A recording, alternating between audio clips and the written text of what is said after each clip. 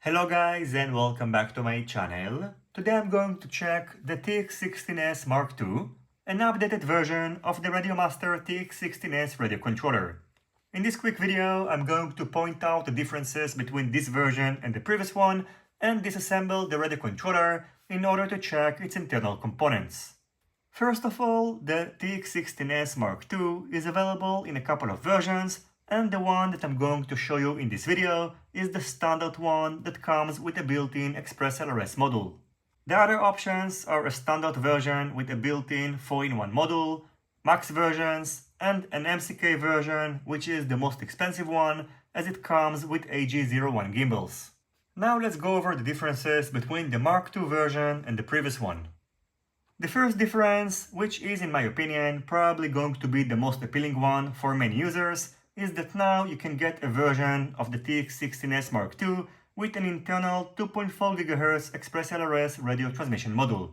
I think that you are going to find it useful, especially if you're like me, mainly using Crossfire and ELRS devices, so you won't need to swipe the modules, as you can simply place the Crossfire module inside the GR module bay.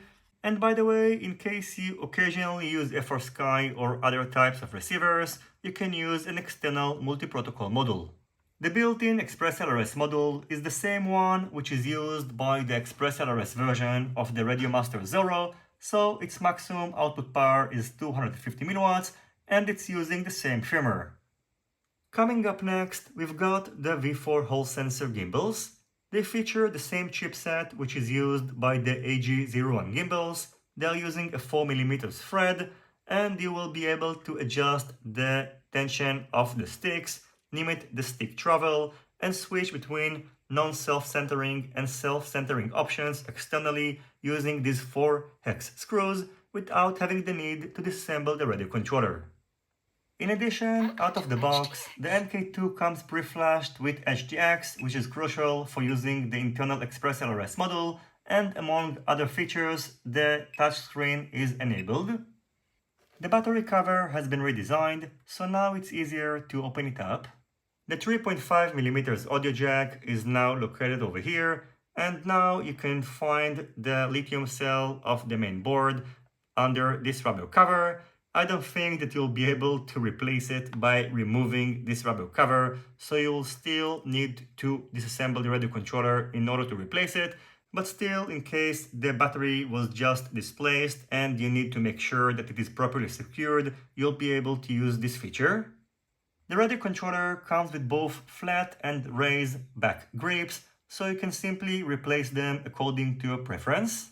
The knobs feel much better, and now you'll be able to easily detect their center position.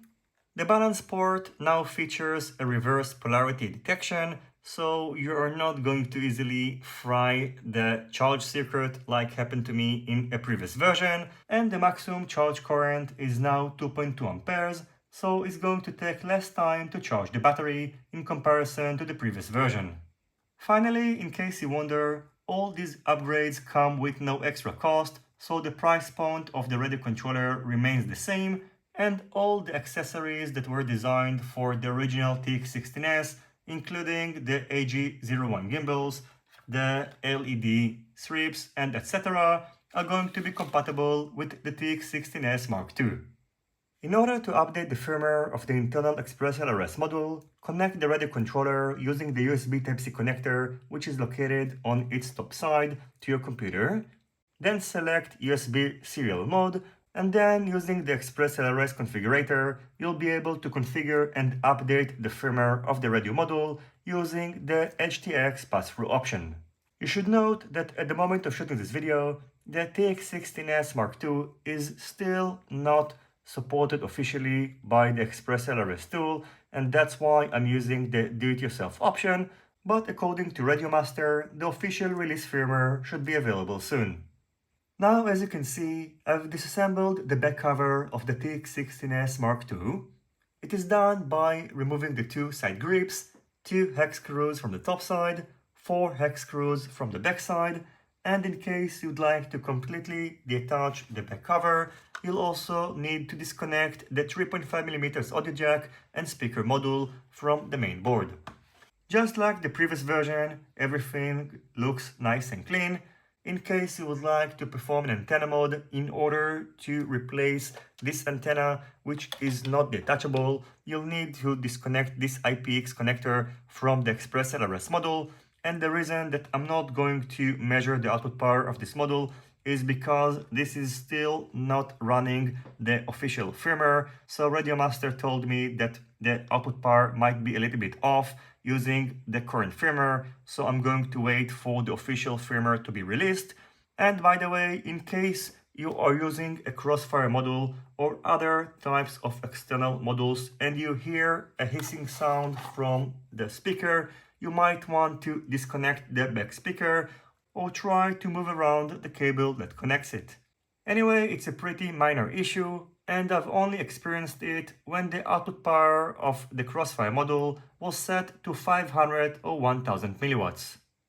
So overall, I think that RadioMaster did a really nice job with the TX16S Mark II. In case you already own a TX16S radio controller, these upgrades probably not going to make you want to upgrade your existing radio controller unless you need one with an internal Express ELRS module. And by the way, regarding Express ELRS, I think that it could have been nice if it was shipped with a better antenna, or at least with the option to easily change this fixed antenna.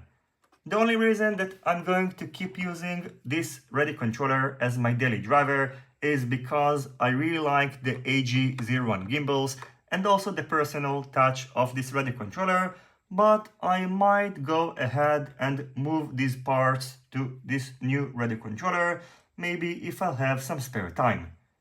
Anyway, that's going to do it for this video. As always, I thank you for watching my video. I hope you enjoyed it and you find it useful. If you have any questions, feel free to ask them in the comment section down below. Don't forget to leave a thumbs up if you like this video and consider subscribing to my channel and hitting the notifications bell if you're not already subscribed.